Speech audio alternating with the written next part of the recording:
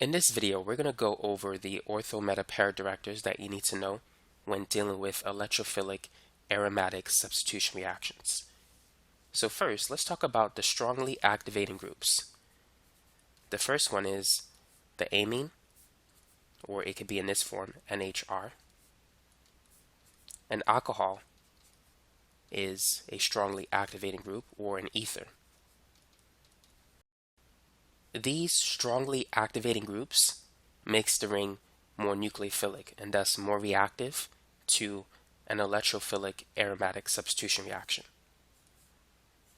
And so let's use phenol as an example.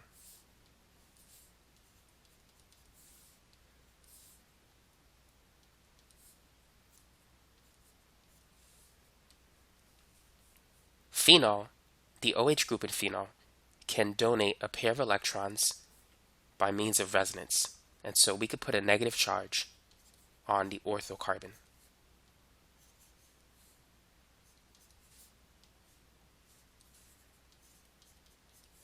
So now this oxygen bears a positive charge. And now we have a negative charge on the ortho carbon. Now, because that carbon atom is nucleophilic, it can react with an electrophile at that position. So thus the OH group is an ortho director, and if we draw the resonance structure, we can put a negative charge on the paracarbon. So whenever you have a strongly activating group, such as an OH group or an OR group, you can see why these groups are ortho pair directors, because they could put the negative charge on the ortho carbon, the paracarbon, or this one too, which is also ortho with respect to the OH group. So strongly activating groups are ortho pair directors, and they can donate electrons by means of the resonance effect. Now let's move on to the moderately activating groups.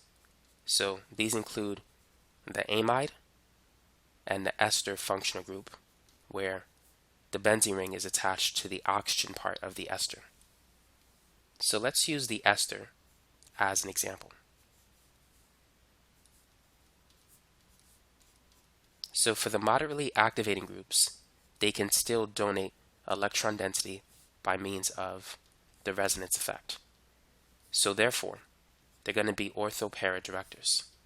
As you can see, we can put the negative charge on the ortho carbon, just like we did in the last example.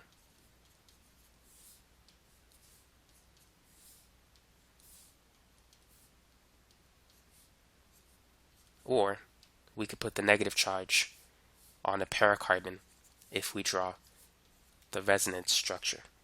So moderately activating groups are ortho para activators. Now, why are they called moderately activating? Why are they not strongly activating? So if we start with this structure, notice that the carbonyl group pulls on the lone pairs of the oxygen. So as a result, it's less effective in donating electrons to the ring, but it still can do so. So that's why it's not strongly activated, but it's moderately activated.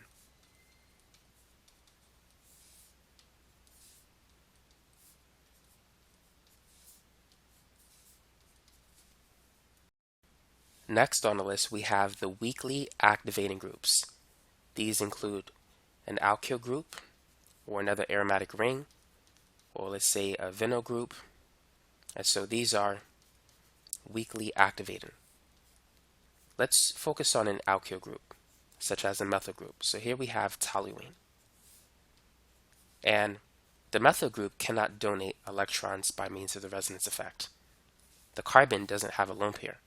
So all it can do is donate electron density inductively, that is through the sigma bond.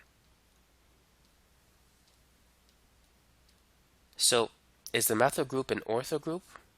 Is it an ortho para director or is it a meta director? Well, let's find out.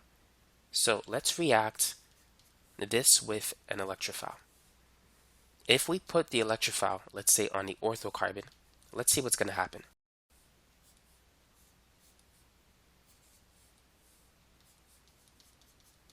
So here is the electrophile, and we lost the double bond, so we have two double bonds.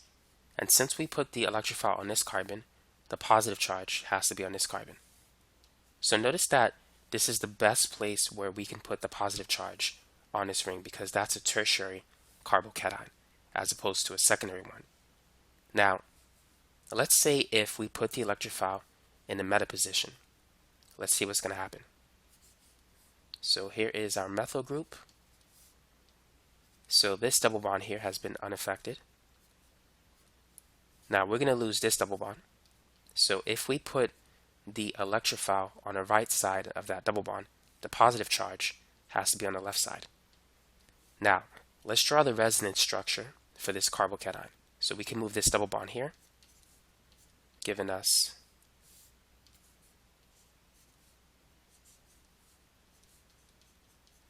this group.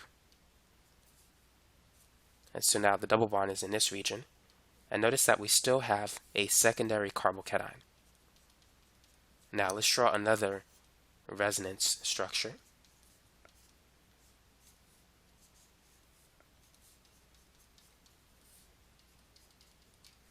The plus charge is going to jump by 2 carbons each time. So notice that we missed the tertiary carbon. So if we put the electrophile on the meta position, this is the ortho position, this is meta, this is para, we won't get a tertiary carbocation. Now, what if we put the electrophile on the para position? Will we get a stable tertiary carbocation? So let's find out. So let's start with the original toluene molecule.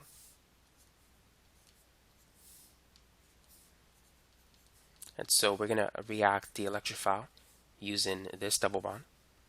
And we're going to put it in the para position.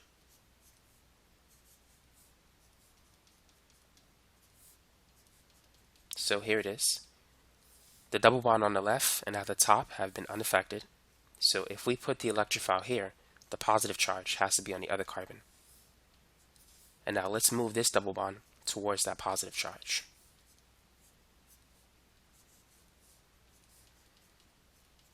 And so the positive charge and the double bond, they're going to trade places. And so notice that we now have the positive charge on the tertiary carbon. And so if we place the electrophile on the ortho position or on the para position, it led to a stable tertiary carbon. Whereas if we put it on the meta position, we got a secondary carbon with a positive charge. And so we could see why, if we add a methyl group to a ring or an alkyl group, why the alkyl group is an ortho para director, because putting the electrophile in that position will lead to a more stable carbocation intermediate. Well, technically you can call this like a sigma complex or an rhenium ion. But it's better to have a positive charge on a tertiary carbon rather than a secondary carbon. And so that's why this methyl group is an ortho para director. Now let's move on to the weakly deactivating groups.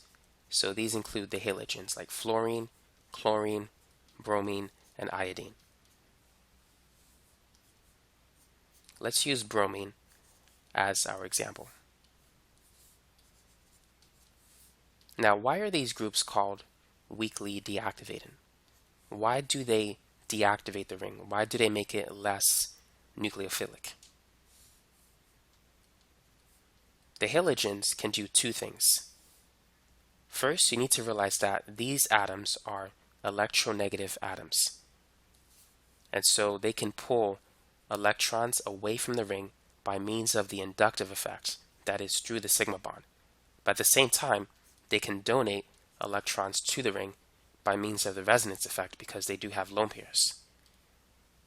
And so their electron withdrawal effect, let's call it EWG, exceeds their electron donating effect.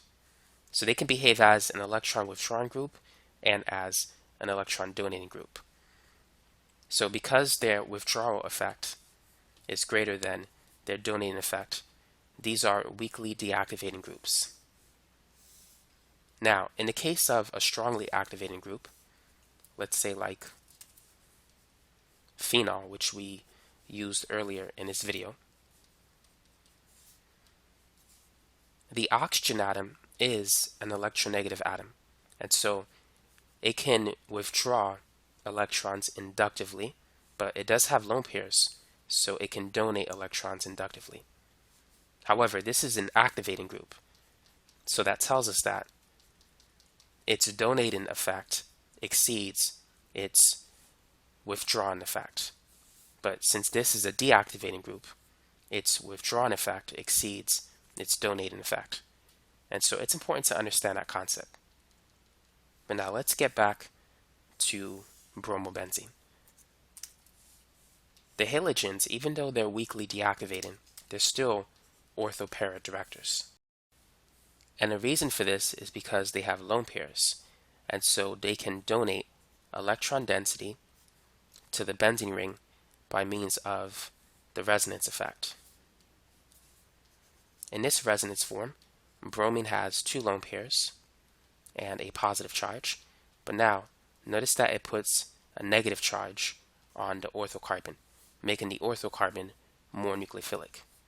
And they could also put a negative charge on the paracarbon, making that carbon nucleophilic. And so we could see why the halogens are ortho-para directors, because by means of the resonance effect, they can put a negative charge on the orthocarbon and on the paracarbon. Next up, we have the moderately deactivating groups. So these include the aldehyde functional group, the ketone, the ester, but this time the benzene ring is attached to the carbonyl group of the ester and not the oxygen, because if it was, it would be moderately activating as opposed to moderately deactivating.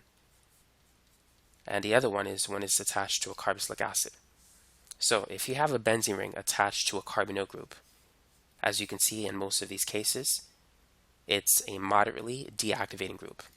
Moderately deactivating groups are meta-directors. They can withdraw electrons by means of the resonance effect.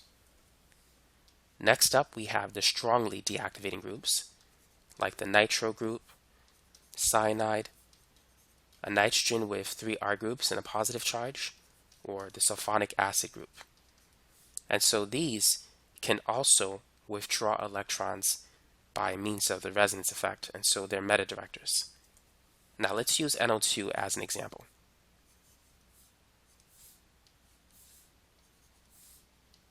So it has 2 oxygen atoms attached to it, and the nitrogen atom has a positive formal charge. So the nitro group can pull electrons toward itself, putting a positive charge on the ring, and as a result, it makes the ring less nucleophilic, more electrophilic, and so therefore it doesn't want to react with an electrophile. Thus the ring is deactivated towards electrophilic aromatic substitution reactions. However, if you're dealing with nucleophilic aromatic substitution reactions, then this is a good thing. It'll make the ring more reactive towards nucleophilic aromatic substitution reactions, but it makes it less reactive to electrophilic aromatic substitution reactions, which is usually what we're dealing with. So notice that we have a positive charge on the orthocarbon, and so that carbon does not want to react with an electrophile because they have the same charge, so they repel each other. Now let's take this double bond and move it here, generating a new resonance structure.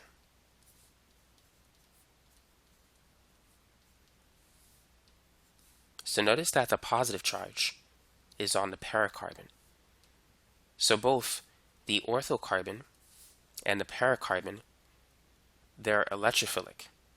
The only carbon that's not electrophilic in this example is the metacarbon. As you can see, we can't put a positive charge on the metacarbon. So therefore, that's the most nucleophilic carbon in this ring. A neutral atom is more nucleophilic than an atom with a positive charge. So as a result, this is the only atom in a ring that is most likely to react with an electrophile. Therefore, strongly deactivating groups are meta-directors because the metacarbon is more nucleophilic than the ortho and the paracarbon in this case. So that's it for this video. So now you know how to tell if you have an ortho para director or if you have a meta director. Thanks for watching.